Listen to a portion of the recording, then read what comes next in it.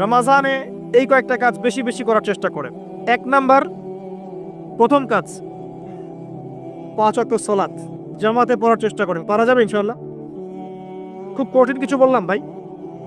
তার আগে একটা কাজ বলি, তারও আগে সেহরি করতে উঠেছেন এমনভাবে খাবেন না যেটা এটা আপনার জীবনের শেষ খাওয়া। এমনভাবে খাবেন না আল্লাহর ওয়াস্তে। এই জায়গায় আপনি খাওয়া নিয়ন্ত্রণ করতে না পারলে প্রবৃত্তিকে নিয়ন্ত্রণ করতে পারবেন না।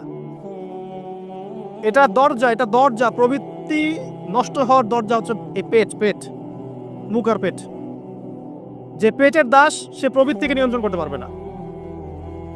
রমজান কি জন্যে আল্লাহ পাক না খেয়ে থাকতে বলছেন কেন? যাতে আপনি তাকওয়া অবলম্বন করতে পারেন, নফসটাকে কন্ট্রোল করতে পারেন। কথা কি বুঝতে পারছেন? পানি খাবো না কেন? পানি তো হালাল। নফসটা কন্ট্রোল করা, না আমি করব না, এটা আপনাকে প্রশিক্ষণ দেওয়া হচ্ছে। আত্মার নিয়ন্ত্রণের প্রশিক্ষণ দেওয়া হয় রমজান মাস। এটাই তো তাকওয়া।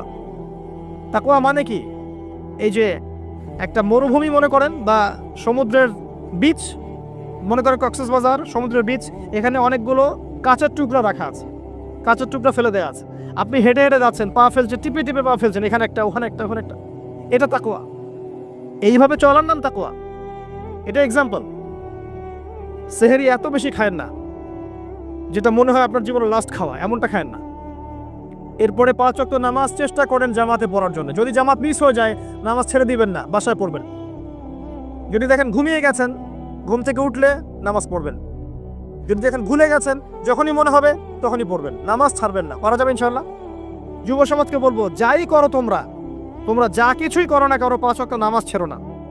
5 ওয়াক্ত নামাজ তোমাদেরকে যে কোনো পাপ থেকে ফিরিয়ে নিয়ে আসবে ইনশাআল্লাহ। এই যুবকদের মাঝে অনেক যুবক আছে এখনো বসে এই পৃথিবীতে, যাদের মধ্য থেকে আল্লাহ পাক দিনের বড় বড় খাদেম বের করবেন ইনশাআল্লাহ। কাদেরকে বের করবেন? যাদের অন্তরে আল্লাহ পাক স্বচ্ছতা দেখবেন, পবিত্রতা দেখবেন, এদেরকে বের করবেন। এমন অনেক মানুষ ছিল যারা মিউজিক করতো, ছেড়ে দিয়ে ইসলামের খেদমত করছেন। এমন অনেক মানুষ ছিল যারা জেনা করেছে, পরে ফিরে এসে আল্লাহর দিনে দায়ী হয়েছে। এমন অনেক মানুষ আছে যারা বড় বড় কবিরা গুনাহ করেছে, পরে তওবা করে ফিরে এসে আল্লাহর দিনের খেদমত করছে, আছে না? এই মানুষগুলোকে আল্লাহ পাক হেদায়েত দিলেন কেন? উত্তর, তাদের কলবটা ছিল পরিচ্ছন্ন, সৎ অন্তর ছিল, আল্লাহর ভয় ছিল মনের মধ্যে। আল্লাহর ভয় থাকে, ফিরে আসবে ইনশাআল্লাহ। আমরা দোয়া করি আল্লাহ পাক তাদেরকে ফিরিয়ে দেখ, আমিন। শুধু তাই নয়, এখন ইসলামের যারা প্রকাশ্য শত্রু, তাদের মধ্য থেকেও আল্লাহ পাক ওমর এবং হামজা রাদিয়াল্লাহু আনহুর মতো মানুষ বের করতে পারেন। এটা জানেন? ওমর রাদিয়াল্লাহু আনহু তরবারি নিয়ে বের হয়ে যাননি, তাকে আল্লাহ পাক দ্বিতীয় খলিফা বানাননি। তার মনটা ছিল পরিচ্ছন্ন, আল্লাহ পাক কবুল করেছেন। 5 ওয়াক্ত সালাত পড়ার চেষ্টা করেন জামায়াতের সাথে, আল্লাহ পাক তৌফিক দান করুন। একইভাবে ইফতার যখন করবেন, তখন এমনভাবে খাবেন না এটা শেষ খাওয়া। গোগ্রাসে খাবেন না, 10টা 20টা 30টা আইটেম করার দরকার নাই। যতটুকু হলে আপনার ইবাদত করার শক্তি চলে আসে, এনাফ। আর বেশি বেশি হাইজেনিক খাবার খাবেন। বাইরের খাবার ভাজা পোড়া বেশি খেতে যান না, অসুস্থ হয়ে যাবেন। আমরা ইফতারে কিন্তু একদম বিরিয়ানি, পোলাও, কোরমা কত কি খাওয়া শুরু করি। সিম্পল খাবার খাওয়া শুরু করেন, সিম্পল খাবার খান, হোমমেড ফুড খান, বাইরের ম্যানুফ্যাকচার্ড ফুড খান না। আপনি সুস্থ থাকবেন ইনশাআল্লাহ। কারণ ইফতারের পরে আসে আপনার তারাবি। তার ইফতার অল্প হালকা করেন। রমজান মাসে টার্গেট করেন যে আমি কোরআন অন্তত একটা খতম দিব। পড়া যাবে? 30 দিন 30 পারা, 1 পারা করে পড়া যাবে? যারা কোরআন পড়া জানি না, এই যে 1 মাস সময় আছে, 1 মাসের মধ্যে শিখে ফেলবেন। প্রমিস করেন, পারবেন? হাত উঁচু করেন, কথা দেন যে রমজান মাস আসার আগেই কোরআন তেলাওয়াত শিখে নেব ইনশাআল্লাহ। বায়াত করলাম কিন্তু, আপনারা সবাই আমার মুরিদ। বসেন, হাদিয়াও দিবেন যেহেতু মুরিদ হয়েছেন। এখন হাদিয়া হচ্ছে দোয়া। কি দিবেন? দোয়া। রমজান মাসে 1 পারা করে প্রতিদিন, 30 দিন 30 পারা পড়া যাবে ইনশাআল্লাহ। যারা হাফেজে কোরআন আছি তারা কোরআনটাকে হেফজ চর্চা করবো এই মাসে, এবং তারাবির নামাজ পড়াবো। তারাবির নামাজে এমন মানুষকে ইমাম রাখবেন যার তেলাওয়াতটা প্রচণ্ড বিশুদ্ধ এবং সুললিত, শুনলেই মন কেড়ে ফেলে, এমন মানুষকে তেলাওয়াত করতে দিবেন তারাবির নামাজে। দেখবেন নামাজে মনোযোগ বাড়তে থাকবে ইনশাআল্লাহ। এটাকে এনজয় করবেন, তারাবিকে এনজয় করবেন। ওই 3G 4G স্পিডে নামাজ পড়তে যায় না, রিল্যাক্সে নামাজ পড়বেন, রিল্যাক্সে। আর আমরা তো একটা ঝগড়ায় অভ্যস্ত, 8 রাকাত না 20 রাকাত। এই রমজানে আল্লাহর রাস্তায় ঝগড়া করতে যায় না। আপনি নামাজের কোয়ালিটি বাড়ায় দেন। যদি 8 রাকাতও পড়েন, নামাজটাকে লম্বা করে পড়েন নবীর মতো, পারা যাবে? আচ্ছা, নবী সাল্লাল্লাহু আলাইহি ওয়াসাল্লামের 8 রাকাতে দলিত দেয়া হয়, কিন্তু নবী সাল্লাল্লাহু আলাইহি ওয়াসাল্লাম যত লম্বা সময় ধরে 8 রাকাত পড়েছেন, এটা কি আমরা পড়ি? তাহলে আমরা সময়টা কেন নিলাম না? 8 রাকাত পড়তে পড়তে পা ফুলে যেত, আর আমাদের 8 রাকাত আধা ঘন্টা 1 ঘন্টায় শেষ, তাহলে কি হলো? তো এই যে বিষয়গুলো, এগুলোতে যায়েন না, ইখতিলাফগুলোতে যায়েন না। আপনি নামাজের কোয়ালিটি বাড়িয়ে দেন, সুন্দর করে নামাজ পড়েন, পারা যাবে ইনশাআল্লাহ। আল্লাহ পাক তৌফিক দান করুন। যদি পসিবল হয় রমজানে উমরা করতে পারেন, এতে আপনি আরো সুন্দর করে ইবাদত করার একটা পরিবেশ পাবেন। সবার পক্ষে হয়তো পসিবল হবে না, যাদের পক্ষে হবে আপনারা করার চেষ্টা করতে পারেন। আল্লাহ তৌফিক দান করুন।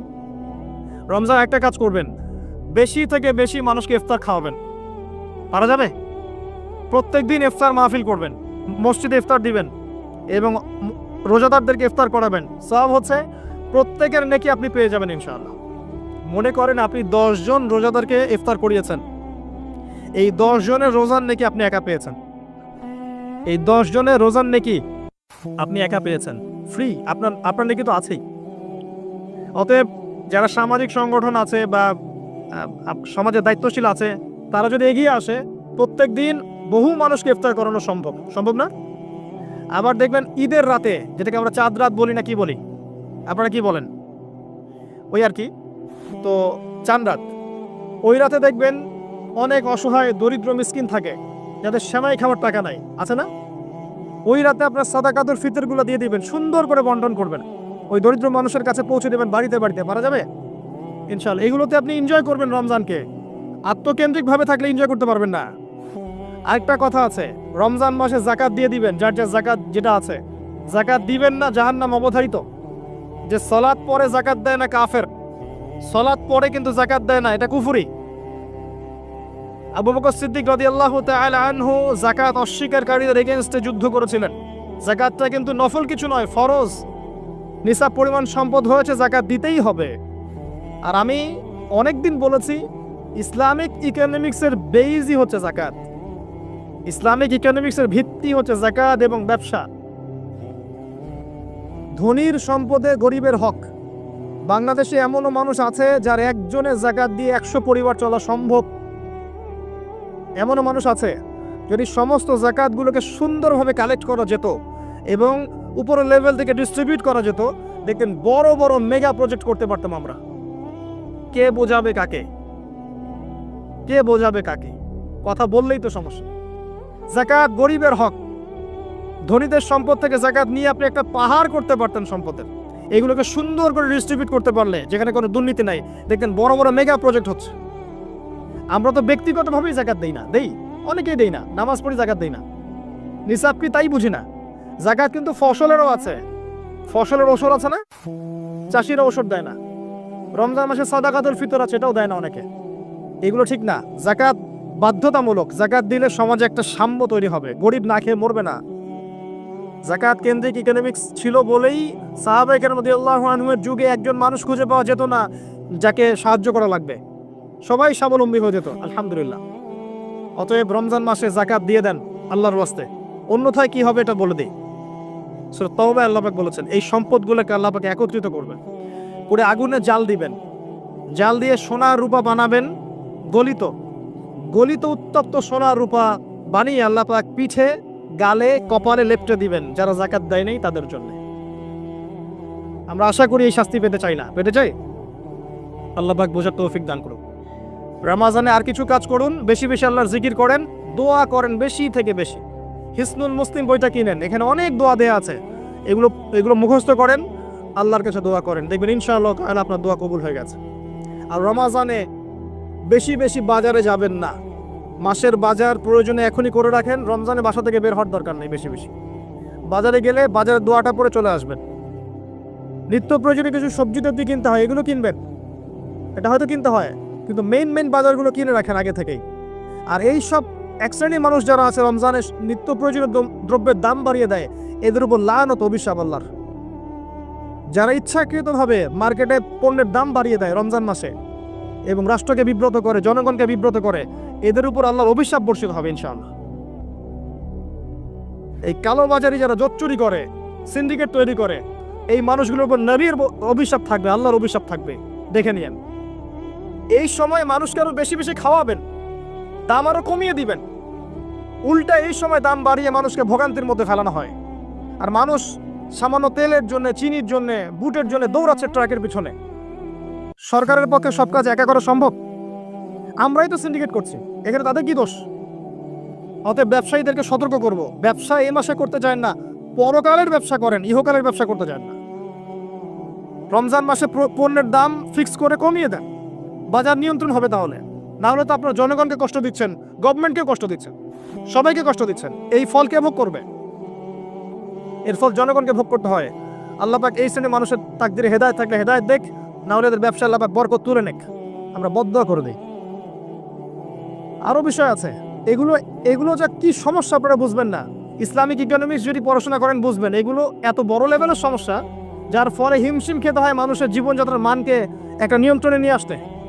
এই কৃত্রিম সংকট যারা তৈরি করে, এদের প্রতি আল্লাহর অভিশাপ বর্ষিত হবে। এটা মুসলিমরা করছে কেন? মুসলিমদের এমনটা করার শোভা পায় না। হোটেল কেন খোলা রাখছেন? হোটেলের মধ্যে রমজান মাসে পর্দা দিয়ে দিয়েছেন, বেরোজাদার আসবে খাবে। সুবহানাল্লাহ, কি আশ্চর্য! যেখানে পর্দা করা লাগে সেখানে বেহুদ্দার মতো ঘুরে বেড়ায়, যেখানে পর্দা লাগে না সেখানে পর্দা দিয়ে রাখে। সুবহানাল্লাহ। দেখবেন কাপড়ের ব্যবসায়ীদের দোকানে দোকানে এই যে মেয়েদের মূর্তির মধ্যে কাপড়, তাই না? এতে কি ব্যবসায় বরকত হবে? রমজান মাসে সব মূর্তিগুলো ভেঙে ফেলে দেন।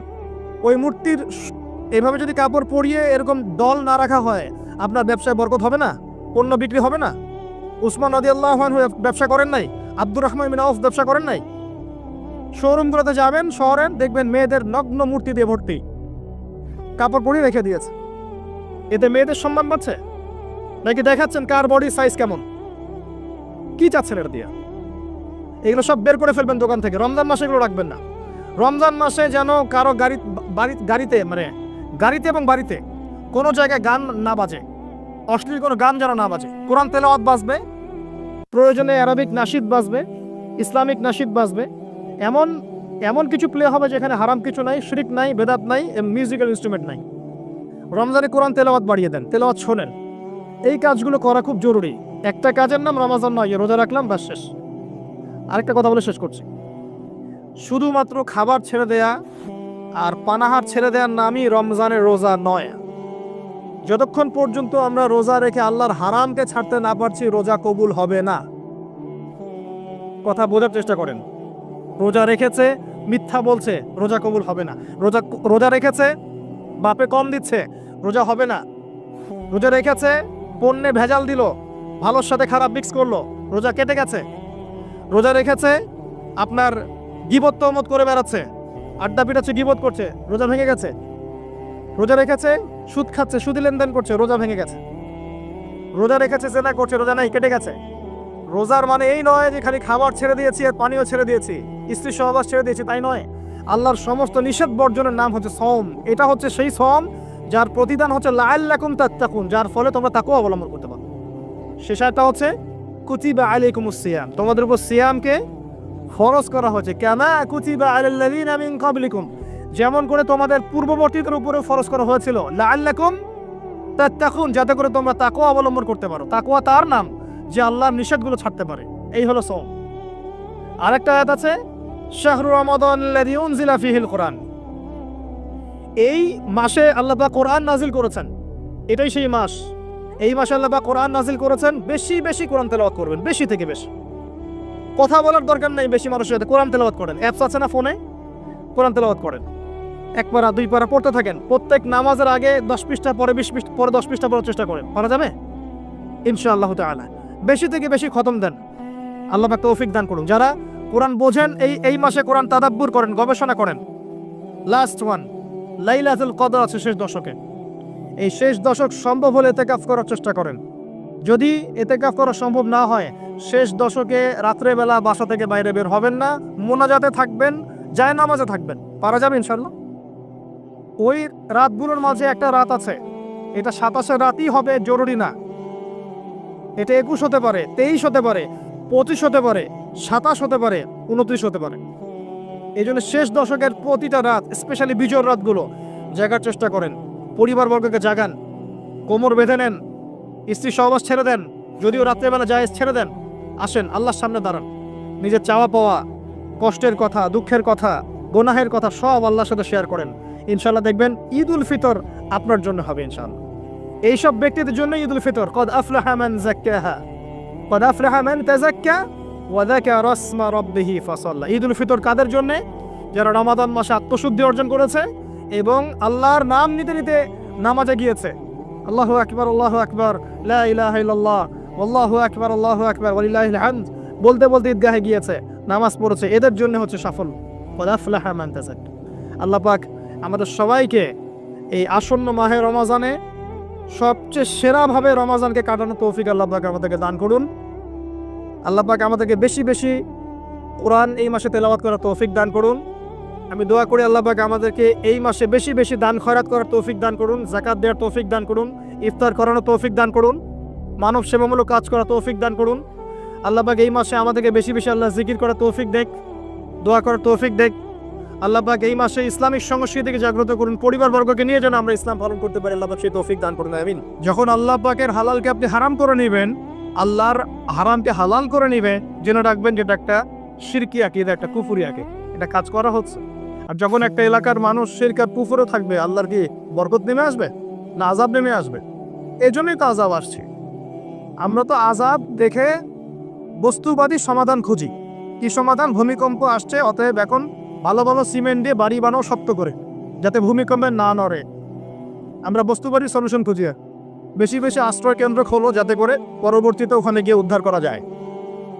ব্যাকআপ চিন্তা করি কি করা যায়, কোনো প্রযুক্তি বের করি যাতে আগে থেকেই ভূমিকম্পের সতর্কবার্তা দেওয়া যায়। আমরা বস্তুবাদী চিন্তা করি না। আর সলিউশন হচ্ছে আমরা যদি শিরক আর কুফর থেকে তওবা করতাম, আল্লাহ গজব উঠিয়ে দিতেন। গজব দেওয়ার মালিককে, উঠিয়ে নেওয়ার মালিককে। যদি কোনো এলাকার মানুষ তাওহীদের উপর থাকে, শিরক ছেড়ে দেয়, সুন্নতে থাকে, বেদাত ছেড়ে দেয়, ঈমানের উপর থাকে, কুফর ছেড়ে দেয়, আল্লাহ পাক কি জালেম যে তাদেরকে জুলুম করে শাস্তি দিবেন? বরং আল্লাহ পাক শাস্তি আরো উঠিয়ে নিবে, বরকত নাজিল করবে, রহমত নাজিল করবে। সূরা আরাফে আল্লাহ বলেছেন, যদি জনপদের অধিবাসীরা ঈমান নিয়ে আসতো, আমি অবশ্যই তাদের উপরে বরকতের দরজাগুলো খুলে দিতাম। আসমান জমিনের বরকতের দরজা সব খুলে দিতাম। কিন্তু জনপদের অধিবাসী তো ঈমান আনবে না, কারণ মনে করছে যে আমরাই সব মানুষ। এখন এই পৃথিবীর বেশিরভাগ মানুষ মনে করে যে মানুষই সবকিছু, মানুষই সবকিছু, মানে এই সভ্যতার কারিগর হচ্ছে মানুষ। মানুষ এখন মনে করে, অথচ সভ্যতা শুরু হয়েছে নবীদের হাতে, সভ্যতা শেষও হবে নবীদের হাতে। সভ্যতা শুরু হয়েছে কোন নবীর হাতে বলেন? এই পৃথিবীতে সর্বপ্রথম কৃষিকাজ করেছেন কোন নবী জানেন? আদম আলাইহিস সালাম। আর এমন কোন নবী নাই আল্লাহ পাকে যে নবী কৃষিকাজ এবং পশুপালন করেন নাই। এমন কোন নবী নাই যিনি কৃষিকাজ পশুপালন করেন নাই। এটা নবীদের সুন্নাত। কারণ নবীদেরকে মানুষকে সঠিক পথে আনতে হয়। যখন আপনি পশুপালন করবেন, কৃষিকাজ করবেন, তখন কিন্তু আপনার মধ্যে একটা ধৈর্য বাড়বে, মানুষকে নেতৃত্ব দেওয়ার একটা ক্ষমতা তৈরি হবে। তো মুসা আলাইহিস সালামকে আল্লাহ তার 10 বছর ওই কৃষিকাজ করিয়েছেন, ফার্মে কাজ করিয়েছেন। শুআয়ব আলাইহিস সালামের ফার্মে তিনি 10 বছর কাজ করেছেন। কারণ বনু ইসরায়েলের মধ্যে একটা ছিন্ন ভিন্ন জাতিকে তাকে নেতৃত্ব দিতে হতো। আল্লাহ পাক আগে তাকে তৈরি করেছেন। আল্লাহ বলেছেন, ওয়াসতানা আকিকা লিনাফসি, আমি নিজের জন্য তোমাকে তৈরি করেছি আগে। তো এই যে কৃষিকাজকে খারাপ মনে করবেন না। এগুলো যারা করেন মনোকষ্টে ভুগবেন না যে আপনি দরিদ্র, আপনার মান সম্মান কম, এমন নয়। আপনি বরং সম্মানিত মানুষ, কারণ আপনি নবীদের সুন্নতের পেশায় আছেন, মাশাআল্লাহ। তো যেটা বলছিলাম, যখন শিরক আর কুফর বাড়তে থাকে একটা জনপদের মধ্যে, তখন আল্লাহর আযাব গজব নামতে থাকে। এই সমস্যাগুলো আমাদের শহরে নাই। শিরক আর কুফরে ভর্তি হচ্ছে না দিন। আমাদের শহরে পেপার পত্রিকা খুললেই দেখা যায় রাশিফল। কি রাশিফল? তুমি সিংহ রাশি, তোমার দিনটা কেমন যাবে। তুমি কন্যা রাশি, তোমার দিনটা কেমন যাবে। আর প্রায় মিডিয়াগুলো এগুলো প্রচার করে না? এসব মুশরিক মিডিয়াগুলো, সবই মুশরিক। কিরকম করে বুঝলাম মুশরিক? একটা ভূমিকম্প যদি হয়, বলবে না যে আল্লাহর কাছে মানুষ কত অসহায়, এরকম শিরোনাম দিয়ে সংবাদ করবে না। কি করবে? প্রকৃতির কাছে মানুষ কতই অসহায়। আল্লাহ বললে মৌলবাদী হয়ে যাবে। আল্লাহ বললে কি হবে? মৌলবাদী হয়ে যাবে।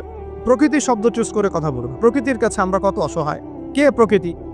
প্রকৃতি কি, কাকে বলে, কত প্রকার, কি কি সংবাদে? প্রকৃতিকে সৃষ্টি করলো। এটা কত প্রকার, কি কি, কে কে তাকে নিয়ন্ত্রণ করে, এগুলো বলবে না? মানুষের ব্রেন ওয়াশ করে ফেলা হচ্ছে এগুলোকে। রাশিফল সবার মাথায় ঢুকিয়ে দেওয়া হচ্ছে রাশিফল, আজকের দিনটা কেমন যাবে, আজকের দিন কেমন যাবে বেটা তুমি জানো? কালকের দিন তোমার কেমন যাবে তুমি জানো? মানুষের জ্ঞান তো এতই ক্ষুদ্র যে মানুষ এটাই জানে না আগামীকাল তার সাথে কি হবে। মানুষের জ্ঞান কত ক্ষুদ্র একটু দেখেন, আপনার নিজের সাথে আগামীকাল কি হবে আপনি তাই জানেন। কে গ্যারান্টি দিতে পারবে সে তার সাথে আগামীকাল কি হবে? যে মানুষ এটাই জানে না যে তার সামনে আগামীকাল কি হবে, সে কে পরিব্যক্ত করতে পারবে? নাকি আল্লাহ পাকের জ্ঞানের সামনে তার জ্ঞান নিতান্তই ক্ষুদ্র?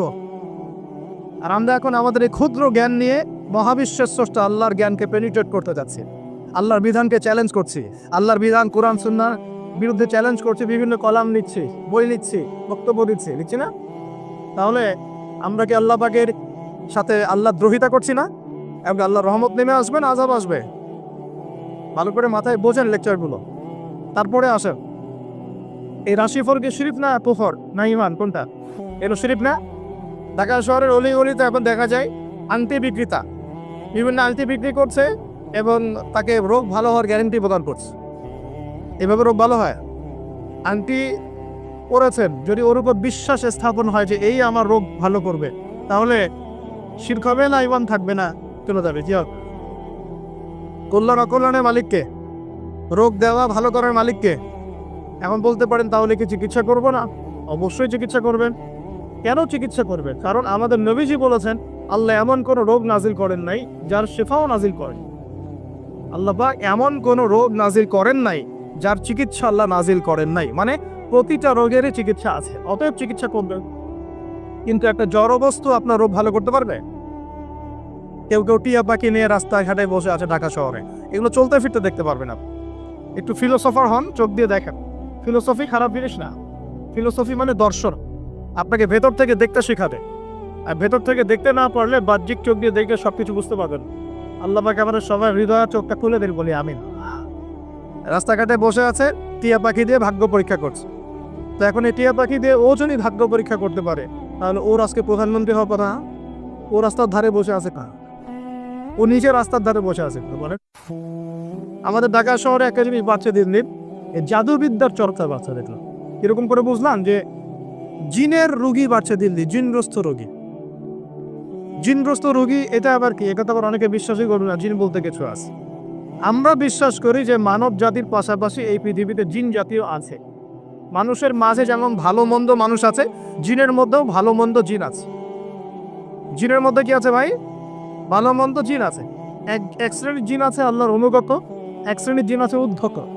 উদ্ধত জিনগুলো মানুষের ক্ষতি করে, এবং যখন মানুষ আল্লাহর বিধান মানে না, পাক পবিত্র থাকে না, জিকির আজগার করে না, দোয়া কালাম পড়ে না, হ্যাঁ কোরআন তেলাওয়াত ছেড়ে দেয়, তখন জিন মানুষকে ধরে।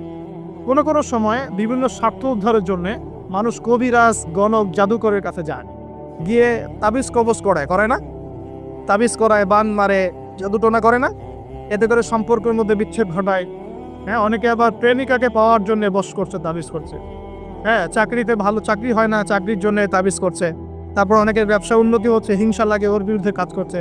এই যে সমস্যাটা ইদানিং শহরের মধ্যে আছে, এটা কিন্তু শেখার বা জাদু, কুফরি।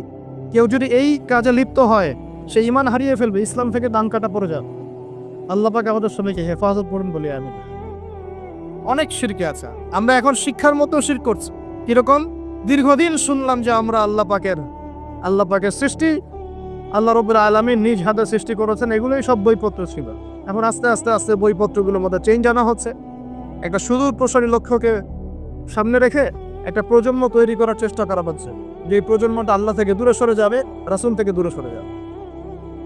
আমরা এখন মানুষকে বিবর্তন শেখাই, অথচ আল্লাহ পাক বলেছেন খলাকতু বিয়াদিয়া ইয়া ইবলিস, হে ইবলিস, মা মানাআকা, তোমাকে কে নিষেধ করলো? মা মানাআকা আল্লা তাসজুদা ইয আমারতুক, তোমাকে কে বারণ করলো আদমকে সিজদা করতে, যাকে আমি সৃষ্টি করেছি? খলাকতু বিয়াদাই, আমি যাকে নিজ হাতে সৃষ্টি করেছি। তাহলে আল্লাহ পাক আমাদেরকে কিভাবে সৃষ্টি করেছেন? নিজ হাতে। এটা সম্মানের না, এটা ভালোবাসার না?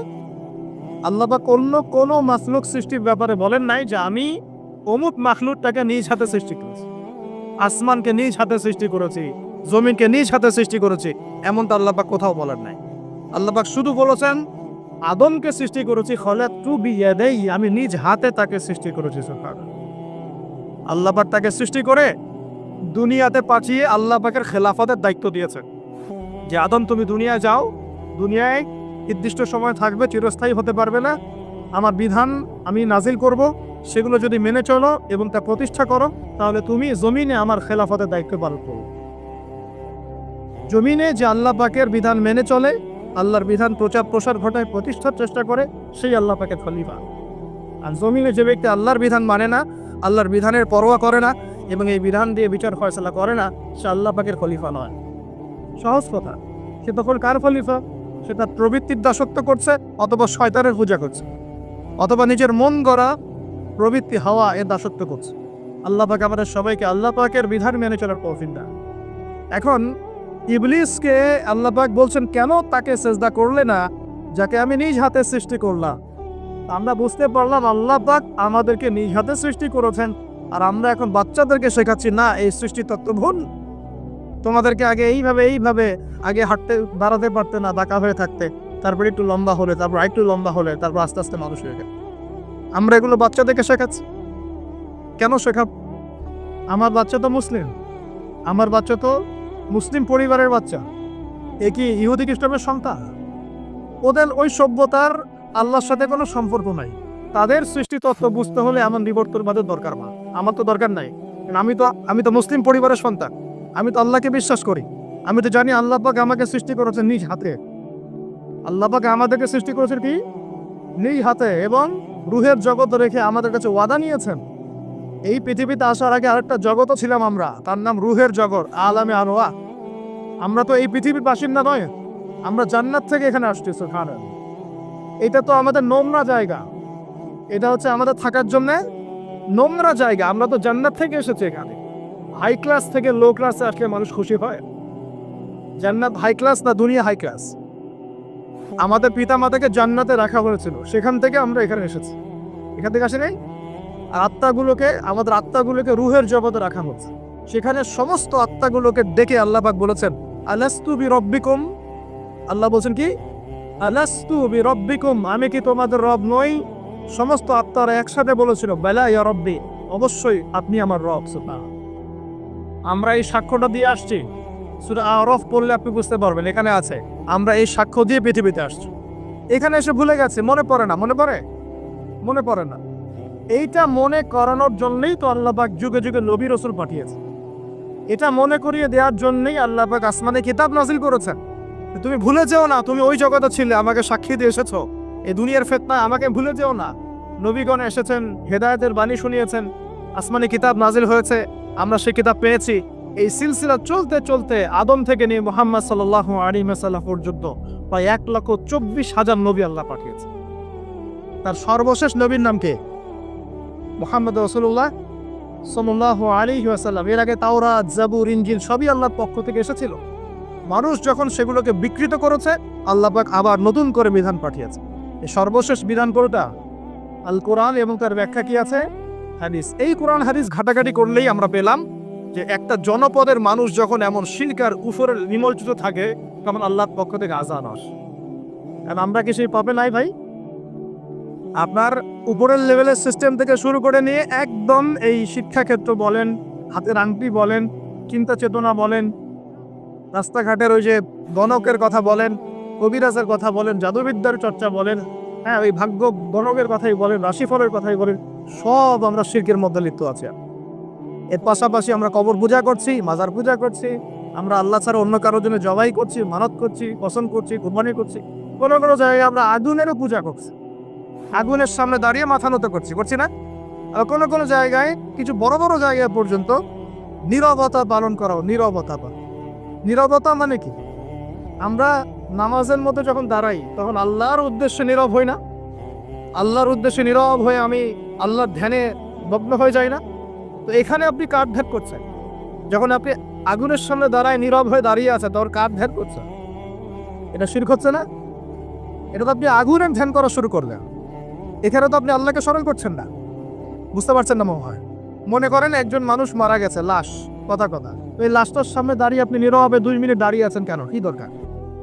এটা কি নবীর সুন্নাত? আপনি নামাজে দাঁড়াবেন, নামাজে দাঁড়িয়ে আল্লাহকে স্মরণ করবেন, আল্লাহর কাছে দোয়া করবেন। আল্লাহ ছাড়া আমরা নামাজের মধ্যে নীরবতা পালন করি না? নামাজে নীরব হয়ে আল্লাহর কাছে ধ্যান করি না? মনোযোগ ধরে রাখি না? এখন আপনি কোথায় মেডিটেশন করছেন? এটা তো শয়তানের দিকে যাওয়ার রাস্তা খুলে দিবে আপনাকে। অনেকে আগুনের সামনে মাথা নত করছে, প্রদীপের পূজা করছে, অনেকে দেখা যায় বিভিন্ন দিবসে এই যে বানর, হনুমান এইসবের মূর্তি টুর্তি নিয়ে রাস্তাঘাটে দৌড়াদৌড়ি করছেন। ছেলেপেলেরা এগুলো বেশি করছে। কাকে প্রমোট করছো তোমরা? কাকে প্রমোট করতে যাচ্ছে? কোন সংস্কৃতি প্রমোট করছো? এই হাদিস এটাও আছে শেষ জামানায় যে আমার উম্মতের একটা বড় অংশ মুশরিকদের সাথে মিশে যাবে এবং মূর্তি পূজা শুরু করবে। এগুলো চলছে না এখন? এগুলো যখন চলবে তখন আমাদের উপর কি আল্লাহ পাকের রহমত নেমে আসবে ভাবছেন, না আযাব আসবে? ওই যে বলেছে আযাব যে আসে নাই সেটাই আল্লাহর রহমত, এটা আমি গবেষণা করে বলছি। আযাব যে আসে নাই এখন পর্যন্ত এটাই আল্লাহ পাকের রহমত। তওবা করে ফিরে না আসলে অচিরেই আল্লাহ পাকের আযাব নেমে আসবে ইনশাআল্লাহ। আল্লাহ হেফাজত করুন। তারপরে আমরা শঙ্কিত যে কখন না নেমে আস। আল্লাহ রাব্বুল আলামিন আমাদেরকে হেফাজত করে নেবে। এভাবে প্রতিটা ক্ষেত্রে শিরক চলছে, শিরক আর কুফর। কোরআন খোলেন, হাদিস পড়েন, দেখবেন আল্লাহ পাক যতগুলো জনপদকে ধ্বংস করেছেন তার প্রধান 2টা পাপ ছিল শিরক আর কুফর। এই যে আমাদের যুব সমাজ এটাই বোঝে না যে নামাজটা ছেড়ে দেওয়াটা কুফরি। নামাজ যে না পড়া, ছেড়ে দেওয়া, ইচ্ছা করে না পড়াটা কুফরি, এটা ওদেরকে কেউ শেখায় নাই। 20 বছর পড়াশোনা করেছে বিশ্ববিদ্যালয়, স্কুল, কলেজ, বিশ্ববিদ্যালয়ে 20 বছর পড়াশোনা করেছে, কেউ কোন স্যার ওদেরকে শেখায় নাই যে নামাজ ছেড়ে দিলে কুফরি পায়। এবং এদের সংখ্যা লক্ষ লক্ষ না, মনে হয় কোটি কোটি হবে যুব সমাজ, যারা 20-25 বছর পড়াশোনা করে নামাজ যে কুফর, নামাজ ছেড়ে দেওয়া যে কুফরি, এটা শেখাতে। আর নবীজি বলেছেন মান তারাকা সালাতান মুতাআম্মিদান ফাকাদ কাফারা। যে কোনো মাযহাবের ইমাম সাহেবকে জিজ্ঞাসা করলেন, যে কোনো মাযহাবের আলেমকে জিজ্ঞাসা করে দেখেন, এই হাদিসটা আপনাকে শুনিয়ে দিব। যে ব্যক্তি ইচ্ছাকৃতভাবে নিজের উপর ফরজ নামাজ ছেড়ে দিল সে কুফরি করলো। কি করলো? তো এই যুব সমাজকে কে শিখাবে যেটা কুফরি? বহু ছেলে পেলে আমি তো দেখেছি ওয়াজ মাহফিল অ্যারেঞ্জ করা হয়েছে, এশার ওয়াক্ত হয়ে গেছে, সবাই নামাজে দাঁড়িয়েছে, অর্ধেকের বেশি নামাজ বাদ দিয়ে দূরে দাঁড়িয়ে হট্টগোল করছে, হইউল্লাহ করছে। এখানে ওয়াজে আসছে বক্তাকে দেখার জন্য আস। নামাজ নাই, ওয়াজ শুনে কি করবা তুমি? নামাজ ইম্পর্টেন্ট না ওয়াজ ইম্পর্টেন্ট? নামাজ না থাকলে ইসলাম থাকে? আমি আজকে একটা হাদিস পড়ে আসছি, আস্তে আস্তে পড়তে আসছিলাম এগুলা, যে ইসলামের শেষ জামানায় ইসলামের যে বিষয়গুলো উঠে যাবে, ইসলামের যে বিষয়গুলো উঠে যাবে তার মধ্যে অন্যতম একটা হচ্ছে আল্লাহ পাকের আইন, আল্লাহ পাকের শাসন। উঠে যায় না সারা বিশ্ব থেকে? আস্তে আস্তে উঠে গেছে না? আচ্ছা, এরপর বাকি থাকবে নামাজ। কি? নামাজ। ওই নামাজ হবে সর্বশেষ ইসলামের রুকন, যেটা সর্বশেষে উঠে যাবে। নামাজও উঠে দাও। এখন দেখেন তো সমাজের কত % মানুষ নামাজ পড়ে? কত %? একটু হিসাব করবেন, খালি মসজিদে ফজরের ওয়াক্তে আর এশার ওয়াক্তে যাওয়া আসা করে বুঝতে পারবেন এই নামাজ কত % মানুষ, 5 ওয়াক্ত নামাজ কত % মানুষ পড়ে। তাহলে এই যে নামাজ শেষে উঠে যাবে, তাহলে শেষের সময় আমরা চলে আসছি না? আর সবার প্রথমে উঠে যাবে এই উম্মতের মধ্যে আমানত। কি উঠবে ভাই? এটা তো পুরো ঢাকা শহর থেকে উঠে গেছে।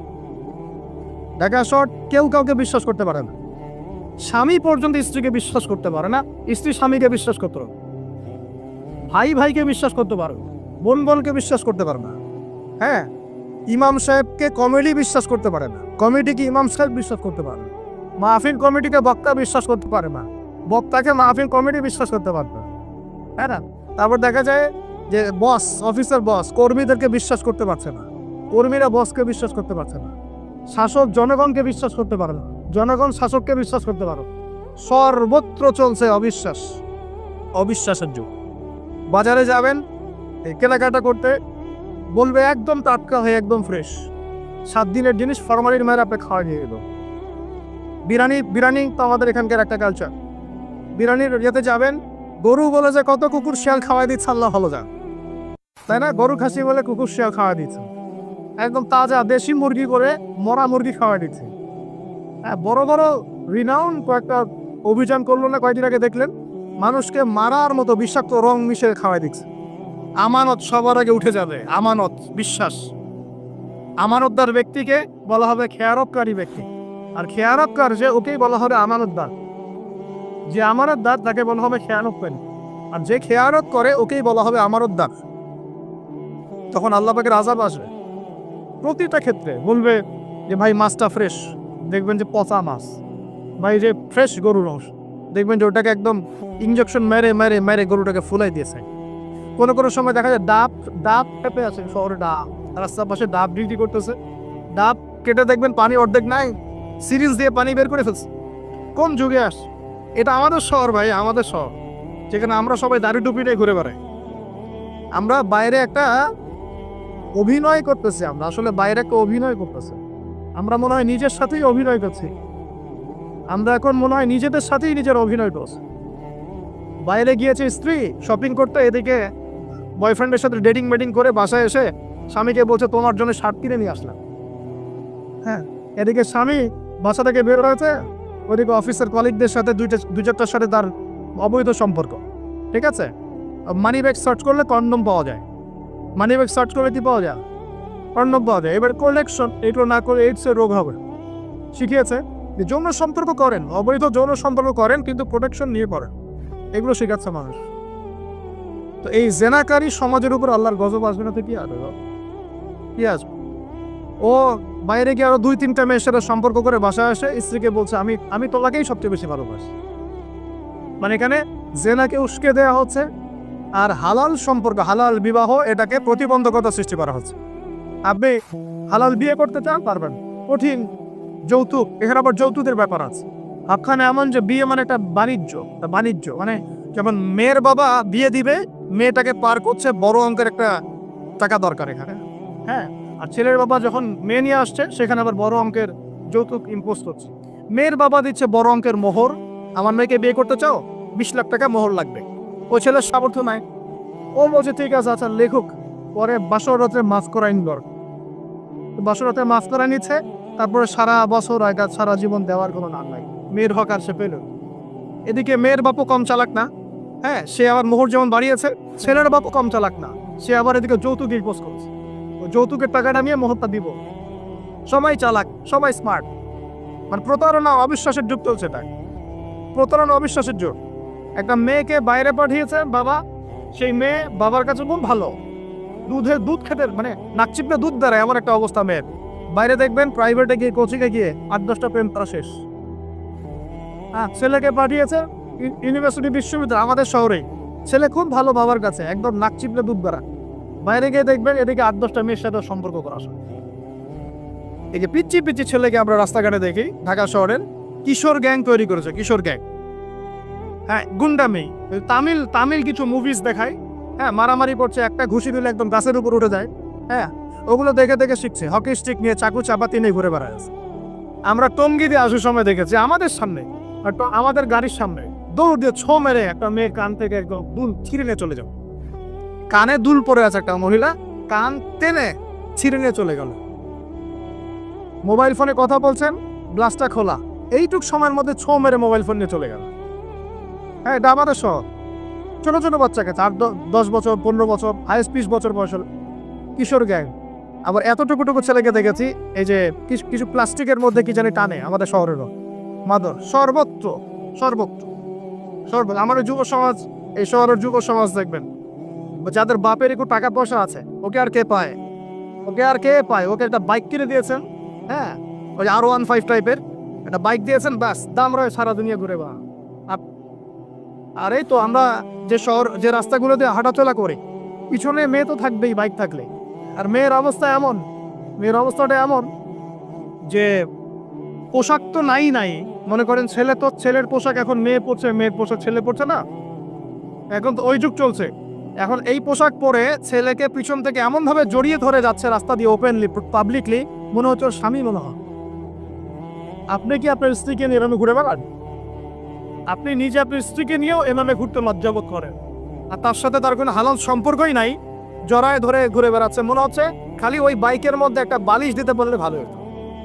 একটা বালিশ একটা শোয়ার জায়গা দিলে বাকি কাজটা এখানেই করে হবে পাবলিকলি। নবীজি এটাই বলেছিলেন, শেষ জামানায় রাস্তাঘাটে মানুষ জেনা করবে, রাস্তাঘাটে জেনা করবে। এটা দেখার জন্য ঢাকা শহর সবচেয়ে ভালো জায়গা এখন। ঢাকার মতো বড় বড় যে শহরগুলো আছে না, সবগুলো এগুলো জাজল্যমান দৃষ্টান্ত হয়ে আছে। রাস্তাঘাটে মানুষ জেনা করবে। মেয়েকে পড়তে পাঠিয়েছেন, টিউশন দিয়েছেন, ওই টিউশন দিয়েছেন টিচারের সাথে অবৈধ সম্পর্ক করা শেষ।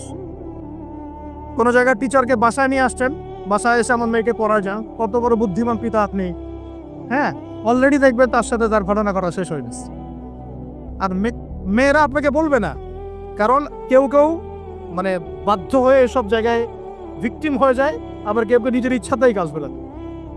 এমন নয় যে সব মেয়ে ধর্ষিত হচ্ছে ছেলেদের আগ্রাসনের কারণে, এমনটা এমন নয়। বহু মেয়ে নিজের ভুলের কারণে ধর্ষিত হয়, বহু মেয়ে নিজের খারাপ স্বভাবের কারণেও এই তার ইজ্জত হারিয়ে ফেলছে। একটা মেয়ে যে রাত্রে যে 12টা 1টা 2টা বাজে বাইক নিয়ে ঘুরছে, ওকে কি রাস্তাঘাটে ঘুরতে 12টার সময় কেউ বলেছিল? এখন যদি এই 2টা 3টা ছেলে মিলে ওকে ধর্ষণ করে, দোষটা কি ছেলেটার হবে না মেয়েটার দোষ নাই? এখানে মেয়ের বাবার দোষ নাই, মেয়ের ফ্যামিলির দোষ নাই। তাহলে আমরা শুধু কেন ছেলেদের দিকে ফোকাস করি কেন? ছেলে তো অপরাধী, ছেলে তো অপরাধ করেছেই, ছেলের তো বাপ আগেই মরে গেছে। ছেলের বাপ যদি বেঁচে থাকতো তাহলে ছেলেকে তো আদব কায়দা শেখাতো, ছেলেকে শেখাতো যে দেখো বাবা, আমরা আমাদের সন্তানদেরকে শেখাই বাবা, সেটা হলো ইঁদুরের মতো বড় হয়েও না, সিংহের মতো বড় হয়ে। ইঁদুর কি করে? ইঁদুর রাতের অন্ধকারে মানুষের বাসায় বাসায় চুপচুপ করে খেয়ে বেড়ায়, দেখবেন তাই না? যারা রাতের অন্ধকারে জেনা করে বেড়ায় এরা ইঁদুরের মতো। রাতের অন্ধকারে খালি এই হোটেল ওই হোটেল, এই ঘর এই ঘরে ঘুরে, এই প্রেমিকার ঘর এই প্রেমিকার ঘর, এই ফ্ল্যাটে ওই ফ্ল্যাটে ঘুরে। আর যারা সিংহ পুরুষ তারা বিয়ে করে প্রকাশ্যে স্ত্রীকে নিয়ে ঘুরে বা।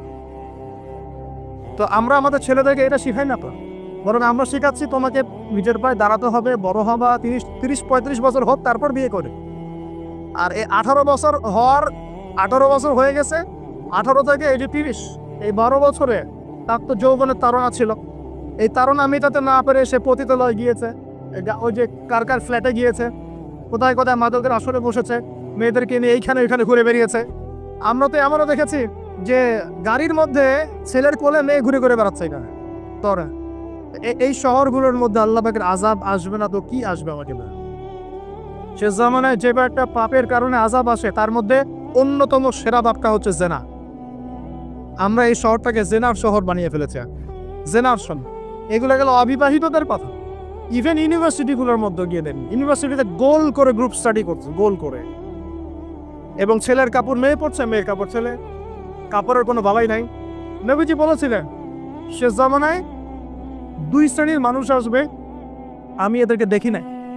নবীজি দেখেন নাই মানে 1400 বছর আগে ওরা ছিল না। এক শ্রেণী হচ্ছে হাতের মধ্যে মানুষকে মারার কিছু অস্ত্র নিয়ে ঘুরে বেড়াবে, এরা মানুষকে নির্মমভাবে পিটাবে, নির্মমভাবে পিটাবে, নির্মমভাবে মানুষকে পিটাবে। এই শ্রেণীকে আমি দেখিনি, এরা আসবে পরে। আরেক শ্রেণী হচ্ছে এমন এক শ্রেণীর মহিলা বের হবে যারা কাপড় পরেও নগ্ন থাকবে, নিজেরাও আকৃষ্ট হবে, অন্যকে আকৃষ্ট করবে। তো এই মেয়েদেরকে তো দেখতে পাচ্ছেন, এখন পাচ্ছেন না, তার মানে কিয়ামত কাছে না দূরে। আর আমি এখন ওই হাতে লাঠিওয়ালা ওই গ্রুপকেও খুঁজে পেয়েছি।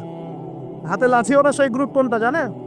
ওই যে ঘরের মধ্যে ঢুকায় ঢুকায় যে ছেলেগুলোকে মেরে মেরে রাত্রেবেলা মেরে ফেলায়, সেটা গ্রুপে। বিভিন্ন হলে হলে দেখেন না, হকি স্টিক নিয়ে 8-10 জন মিলে এক একটা করে ছেলেকে ডেকে নিয়ে পিটায় পিটায় মেরে ফেলায়, এগুলো সেই ছেলে। এদেরকে যারা জন্ম দিয়েছে ওই বাপের জন্য ধিক্কার, এদেরকে যারা জন্ম দিয়েছে এই বাপের জন্য ধিক্কার। আর এখন এরকম লেডিস গ্রুপও বের হয়েছে, আর মেয়েদেরকেও হলে ডেকে ডেকে পিটানো শুরু করেছে। তোমরা কি মনে করো যে 5 জন 6 জন 10 জন মিলে একজনকে সারা রাত টর্চার করে মেরে ফেলানোর মধ্যে সুপুরুষ? তুমি সুপুরুষ, তুমি অনেক বড় বীর। সাহসটাকে তুমি একজন মারামারি করে দেখাও না, দেখো তোমরা এত বড় সাহস, তাহলে একজন মারামারি করে দেখাও না। আসো রিংয়ের মধ্যে আসো, রিংয়ের মধ্যে আসো, তারপর দেখি তোমার কত শক্তি, আমাদের কত শক্তি। একজন 1-on-1 ব্যাটেলে আসো, খালি হাতে 1-on-1 ব্যাটেলে আসো। 8 জন 10 জন মিলে একটা বুয়েটের ছেলে, একটা মেডিকেলের ছেলে, একটা অমুকের ছেলে, তমুকের ছেলে, বাবা মায়ের স্বপ্ন লালন করা ছেলেগুলাকে ঘরের মধ্যে ঢুকাবা, সারা রাত পিটায় মেরে ফেলবা, এটাকে তোমরা সাফল্য মনে কর, বীরত্ব মনে কর? এই ছেলেগুলাকে জন্ম দিয়েছে যে পিতা মাতায়, এদের জন্য ধিক্কার আমার পক্ষ থেকে। আপনারা এইসব সন্তান জন্ম দিতে গেলেন কেন? খিদির আলাইহিস সালাম বেঁচে থাকলে ছোটবেলায় মেরে ফেলতো এদেরকে, ওই যে খিদির আলাইহিস সালাম ছোটবেলায় একটা বাচ্চাকে মেরে ফেলছিলেন না? মুসা আলাইহিস সালাম বলেছিলেন যে একটা বাচ্চাকে কেন মেরে ফেললেন? তখন খিদির আলাইহিস সালাম বলেছিলেন এই ছেলেটা যদি বড় হয়, বড় হলে অনেক বড় কাফের হবে। আল্লাহ আগে জানিয়ে দিয়েছেন, এই জন্য আগে মেরে দিয়েছে। এই বাচ্চাগুলোকে নিতে গেলেন কেন? কোনো রকম লজ্জাবোধও নাই, চক্ষু লজ্জা নাই। এরপর যখন আইন শৃঙ্খলা বাহিনী এদেরকে অ্যারেস্ট করে নিয়ে যায়, বীরের মতো হাসতে হাসতে চলে যায়। ও জানে যে আমার কোনো সমস্যা হবে না, হাত খবর দিয়ে বেরিয়ে চলে আসবে। তোমরা এগুলোকে বিরক্ত মনে করো, বিরক্ত মনে করো, সুপুরুষ হয়ে গেছো তোমরা। এতই যদি ক্ষমতা থাকে, সাহস থাকে, তো একজন মারামারি করো না, 1 and 1 ব্যাটেল আসে।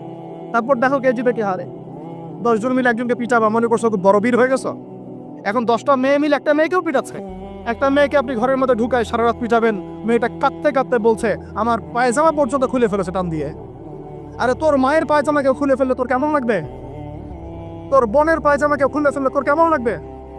কোন সাহসে তুই একটা মেয়ে পায়জামায় হাত দিস? এত বড় সাহস! আর এদেরকে আমরা তোলাতলা করে মানুষ করি। আইন শৃঙ্খলা বাহিনী আপনারা কি করেন? ইনস্ট্যান্ট কোর্ট বসে ফাঁসি দিয়ে দিবেন এদেরকে। আল্লাহর কসম করে বলছি, যদি কোনোদিন এরকম ক্ষমতা আমাদের কাছে আসতো, দিন বিচার করে দেখিয়ে দিতাম ইনশাআল্লাহ। ফাইজলামি শুরু করো সারা দেশব্যাপী ফাইজলামি শুরু করে দিয়েছে একেবারে নির্মমভাবে, অহেতুকভাবে।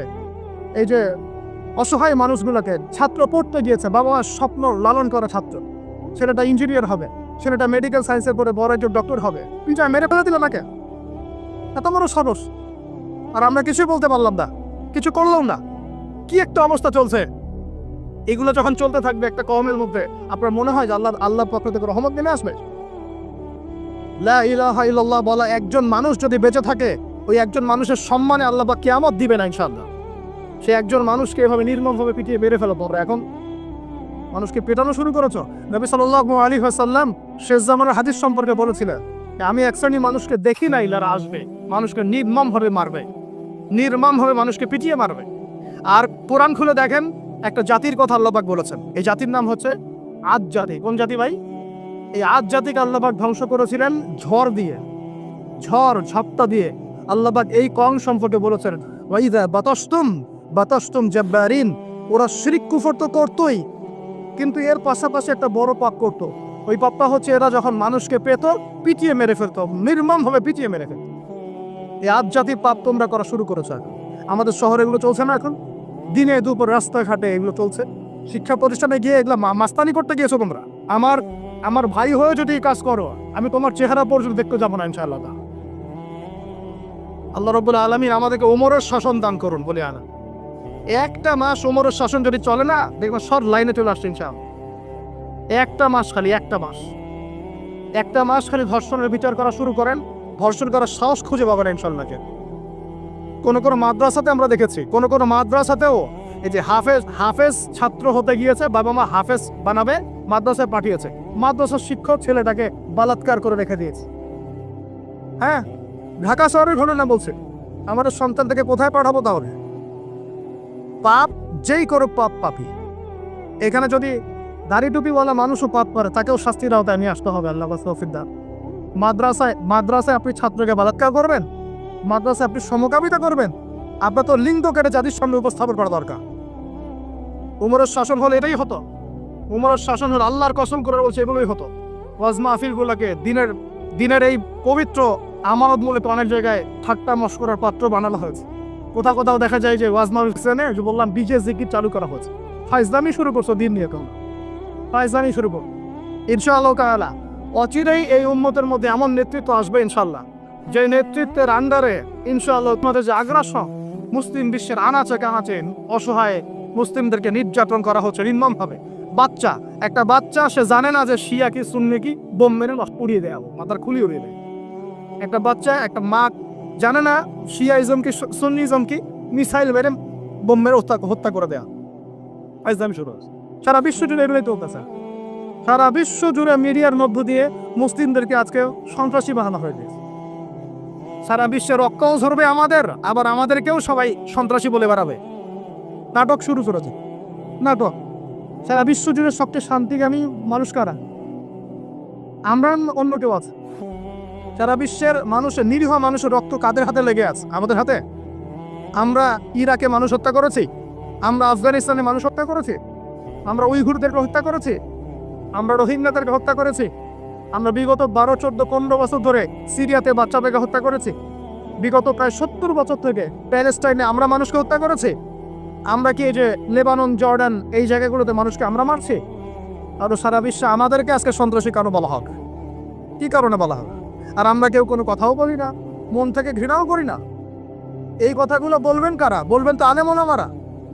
এখন যদি আমরা এই ওয়াজ মাহফিলের স্টেজগুলোকে সার্কাসের মঞ্চ বানিয়ে ফেলি, এই আমানতের হরকে আদায় করবে এ আদায় করবে। আল্লাহ পাক আমাদের সবাইকে বোঝার তৌফিক দান করুন। আমরা আশা করি ইনশাআল্লাহু তাআলা আমাদের উপর যারা আছে তাদের বোধোদয় হবে ইনশাআল্লাহ। আমরা কারো শত্রু নয়, ইসলাম কারো শত্রু নয়, কারো খারাপ চায় না। ইসলাম চায় সমাজের ন্যায় প্রতিষ্ঠা হোক, এবং ন্যায়টা যে কারো হাত দিয়ে প্রতিষ্ঠা হোক, কোনো সমস্যা নেই। XYZ যেই হোক না কেন, যার হাতে ন্যায় প্রতিষ্ঠা হবে আমরা তার জন্য দোয়া করবো ইনশাআল্লাহ।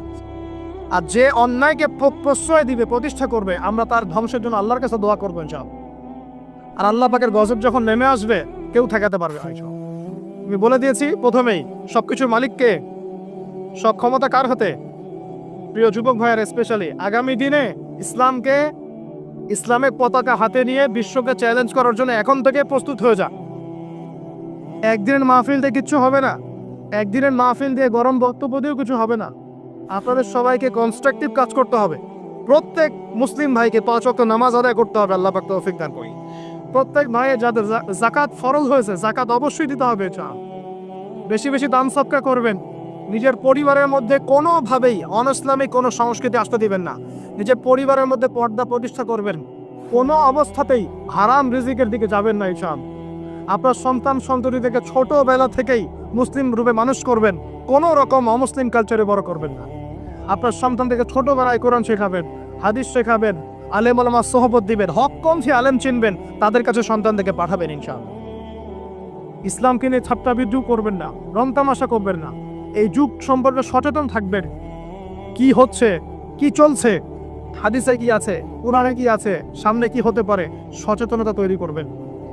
এই চলমান ফিতনাময় পরিবেশে নিজের ঈমান আমলকে এমনভাবে ধরে রাখবেন যেমন করে হাতের মধ্যে মানুষ আগুন ধরে রাখে, ঈমান ধরে রাখে।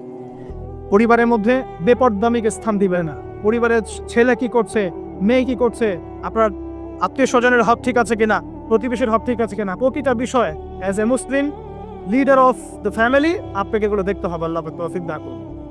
এবং বেশি বেশি সামাজিক কিছু অ্যাসোসিয়েশন গড়ে তুলবেন যেগুলো সামাজিক অন্যায়গুলোকে প্রতিরোধ করবে ইনশাআল্লাহ। সামাজিকভাবে ন্যায় ছড়িয়ে দিবে, সামাজিকভাবে ইসলাম ছড়িয়ে দিবে ইনশাআল্লাহ। শিক্ষা প্রতিষ্ঠান গড়ে তুলবে যেখানে জেনারেল এবং ইসলামিক শিক্ষার সমন্বয় থাকবে, আলোকিত প্রজন্ম গড়ে উঠবে ইনশাআল্লাহ। এরকম সমাজের অবস্থায় কি আল্লাহর আযাব আসবে না রহমত আসবে? এই হচ্ছে আমাদের সমাজের অবস্থা। এখন কতগুলো বলে শেষ করব। প্রতি ঘরে ঘরে ব্যভিচার ঢুকে পড়েছে, ঘরে ঘরে ব্যভিচার, পরকীয়া ঢুকেছে, পরকীয়া। আর অর্থনৈতিক ক্ষেত্রে ঘরে ঘরে ঢুকেছে সুদ আর সুদ, ঘুষ ঢুকেছে ঘুষ, এদিকে সুদ ঢুকেছে, দুর্নীতি ঢুকেছে, অন্যের সম্পদ অন্যায়ভাবে হস্তক্ষেপ করার নোংরা সংস্কৃতি ঢুকে পড়েছে প্রত্যেক জায়গায় জায়গায়। আমাদের ইয়াং জেনারেশন নিজেদের ইতিহাস ভুলে গেছে যে আমরা কার উত্তরসূরি।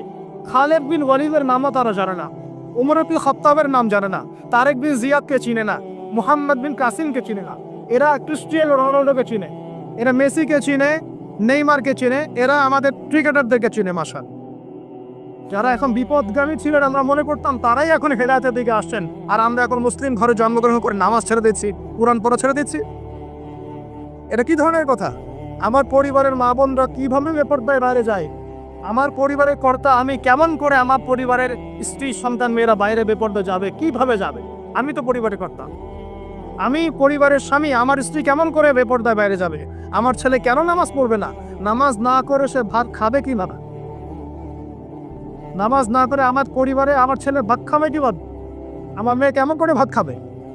অতএব পরিবারটাকে শক্ত করেন, হালাল খান, সামাজিকভাবে ইসলামটাকে এগিয়ে নেন, ইনশাআল্লাহ দেখবেন একদিন বরং দরেশ্বরে ইসলাম কায়েম হয়ে যাবে ইনশাআল্লাহ। আর আমরা কারোর জন্য বদদোয়া করবো না, আমরা দোয়া করবো আল্লাহ পাক যেন ঊর্ধ্বতন কর্তৃপক্ষ সবাইকে হেদায়েত দান করেন এবং অন্যায়ের বিরুদ্ধে দাঁড়ানো তৌফিক দান করেন, এবং তাদের হাতে হলেও আল্লাহ পাক ন্যায় প্রতিষ্ঠা করার তৌফিক দান করেন। আর ন্যায় কোনটা ন্যায় কোনটা অন্যায় এগুলো এসব প্রোটেস্ট্যান্ট মুসলিমরা আপনাদেরকে শেখাতে পারবে না। যারা ইসলাম, কোরআন, সুন্নাহ, সমকালীন বিশ্ব ইতিহাস, অর্থনীতি, সংস্কৃতি, দেশীয় কালচার সব সম্পর্কে জ্ঞান রাখে, এই মানুষরা আপনাকে বলতে পারবে কোনটা সত্য, কোনটা মিথ্যা, কোনটা হক, কোনটা বাতিল। একজন কবর পূজারী আপনাকে কি হেদায়েত দিবে? একজন মাজার পূজারী আপনাকে কি হেদায়েত দিবে? একজন বেদাতি আপনাকে কি হেদায়েত দিবে? হেদায়েত তো নিতে যান খালি ওদের কাছে। আর জ্ঞানী মানুষকে তো মূল্যায়ন করেন না।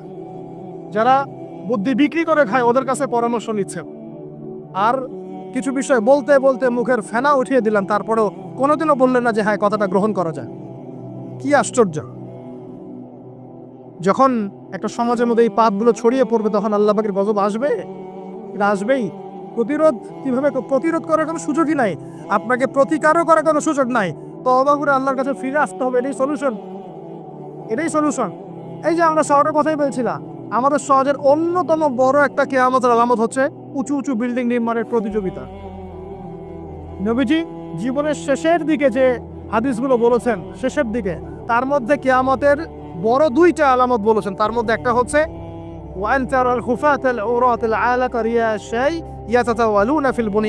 যখন দেখবে সমাজের সবচেয়ে নিম্ন শ্রেণীর মানুষেরা, রাখাল টাইপের মানুষ, গায়ে জামা নাই, পায়ে স্যান্ডেল নাই, উঁচু উঁচু বিল্ডিং নির্মাণের প্রতিযোগিতা করছে।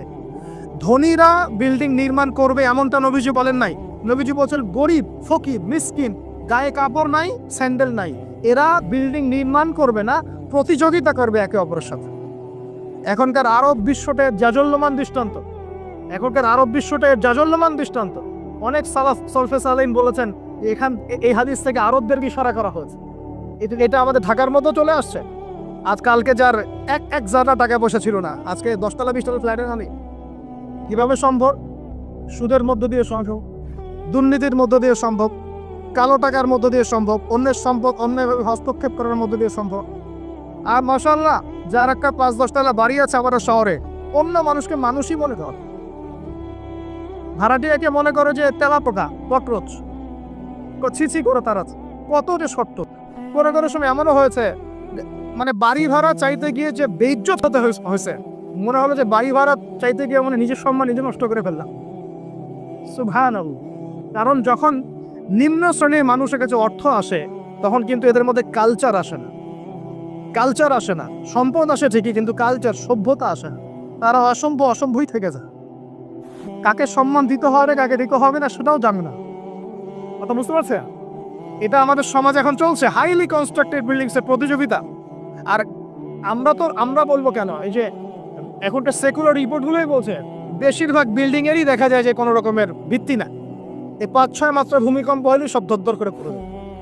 কারণ এই যে অহংকার, আমি একটা ফ্ল্যাটের মালিক। ঢাকা শহরে মনে হচ্ছে যেন পরিচয়ের মানদণ্ড হচ্ছে এটাই। জিজ্ঞাসা যদি করেন যে ভাই আপনার নাম কি করেন, বলবো ওই যে ফ্ল্যাটটা দেখছেন 10 তলা, ওইটা আমার। ভাবখানে এমন হচ্ছে এটাই তার পরিচয়ের মানদণ্ড। সে কি করে, তার শিক্ষাগত যোগ্যতা কি, কোন প্রফেশন, এগুলো বড় কথা নাই। ওই যে ফ্ল্যাটটা দেখছেন 6 তলা, ওইটা আমার। অনেকে এসে পরিচয় দেয়, আমি অমুক পার্টির অমুক, আমি অমুক পার্টির অমুক, আমি অমুকের সাধারণ সম্পাদক, আমি অমুকের সভাপতি। এগুলো পরিচয়? এগুলোই মানুষের পরিচয়? আমি অমুক দল করি, তমুক দল করি। পরিচয় কি তোমার? তুমি কি এই পরিচয় দিয়ে কাল কিয়ামতের মাঠে আল্লাহর সামনে দাঁড়াবা? তোমার পরিচয়টা কি? পরিচয় হচ্ছে তোমার শিক্ষাগত যোগ্যতা কি, তুমি সমাজকে কতটুকু সার্ভ করতেছো, তোমার ইলমি যোগ্যতা কি, তুমি 5 ওয়াক্ত নামাজ পড়ো কিনা, তুমি ইসলামপন্থী কিনা, তোমার সুন্নত আছে কিনা, তুমি দিনের জন্য কি করো, এগুলো তোমার পরিচয়। আল্লাহ রাব্বুল আলামিন আমাদের কথাগুলো বোঝার তৌফিক দান করুন। আমাদের সমাজে হাইলি কনস্ট্রাক্টেড বিল্ডিংস এর প্রতিযোগিতা চলছে। দেখেন, বিল্ডিং নির্মাণ করা পাপের কিছু নয়, কিন্তু এগুলোর মধ্যে দিয়ে অহংকার করাটাই পাপের। আর অহংকার করলে আল্লাহ পাক এগুলোকে ঘষিয়ে দিতে সময় নেবেন না। আল্লাহ পাক আমাদেরকে বোঝার তৌফিক দান করুন। আমাদের সমাজে রন্ধে এগুলো চলছে। আমার ওদের খেয়ানত, অবিশ্বাস, সুদ চলছে, জেনা চলছে, ফ্ল্যাটে জেনা চলছে, ফ্ল্যাটে জেনা মানে শুধু শারীরিক ইলিগেল ফিজিক্যাল রিলেশনশিপই নয়। জেনার মধ্যে চোখের জেনা আছে, কথার জেনা আছে, চলাফেরার জেনা আছে। নবীজি বলেছেন শেষ জামানায় এক শ্রেণী মেয়ে আসবে যারা পুরুষের কাপড় পরে ঘুরবে। এটা দেখার জন্য আপনি ঢাকার শপিং মলে চলে যান।